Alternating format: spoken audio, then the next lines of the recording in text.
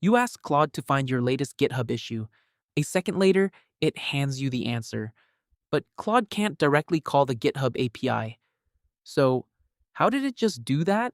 Here's the thing, it didn't. Claude never talked to GitHub. Something else did. And the protocol that made that possible? That's called MCP. A language model is a text predictor. It has no ability to open a network connection, read a file, or call an API. It only knows its own context window. So when you ask it to do something in the real world, someone else has to actually do it. That someone is the MCP client, a piece of software embedded inside the AI application that opens connections, sends requests, and reads files. The model just tells it what to do. Here's how it works. The MCP client needs tools, and in this context, a tool is any external capability the model might need. Search GitHub, query a database, read a file, send an email. The client can invoke those tools, but how does it know which ones exist or how to call them? If you hardcode them, every new tool means a code change, a redeployment, a version bump. That doesn't scale, so MCP introduces the server. An MCP server is a separate standalone process, running on its own, exposing capabilities through JSON-RPC. When the server runs locally, on your laptop or in a container, the client doesn't open an HTTP connection. It spawns the server as a child process. Communication happens over standard input-output. Two file descriptors, no network stack, no open port, no DNS lookup. The client writes a line of JSON. The server reads it. The server writes a line back. The client reads it. That is about as simple as inter-process communication gets. But two processes exchanging raw JSON need to agree on something before they can do any useful work. So the first thing that happens is a handshake. The client sends an initialized message with its protocol version and what it supports.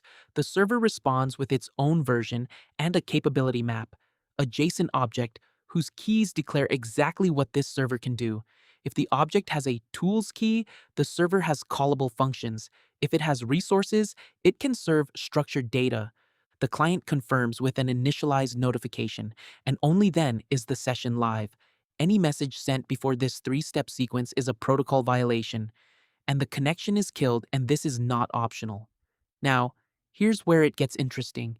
Once the handshake is done, the client sends a tools/list request. The server responds with every tool it offers, and each tool has three fields: a name, a description, and an input schema. The schema is standard JSON schema. It defines every argument, its type, whether it's required, what values are valid. But the field that actually determines whether the whole system works? The description. Here's why.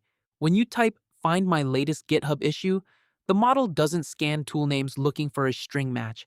It reads every single tool description in its context window and performs semantic selection. It picks the tool whose description most closely matches what you asked for.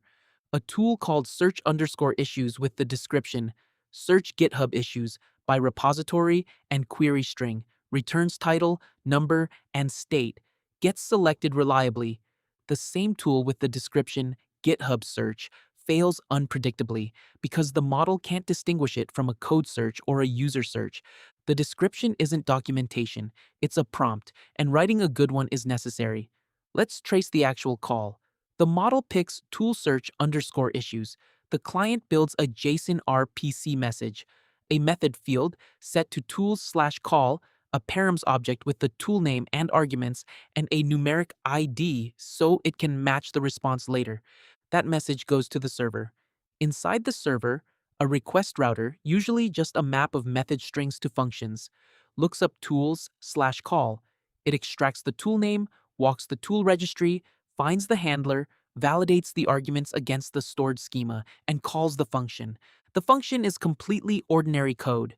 Maybe it's 20 lines of Python hitting the GitHub SDK. Maybe it's a SQL query, or it's a curl command. The handler function returns an array of content blocks.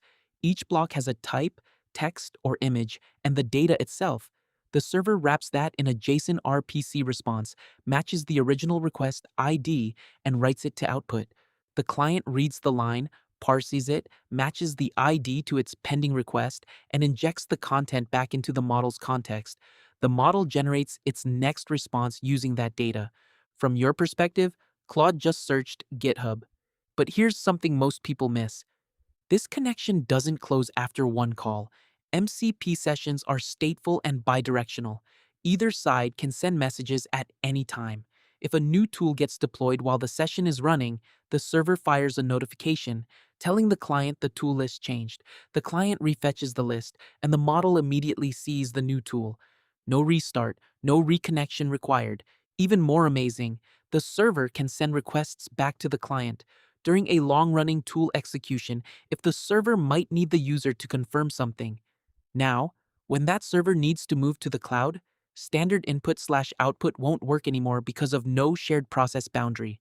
So, MCP defines a second transport, streamable HTTP, and here, nothing above the transport layer changes. The handshake, tool, schemas, message format are identical. A test server can be deployed to cloud without changing any code. Before MCP, connecting 3 AI platforms to 10 tools meant 30 custom integrations. API client, a custom auth flow, a custom response parser. Every new tool multiplied the work. With MCP, each AI platform implements one client, each tool implements one server, and every new tool automatically works with every existing AI platform.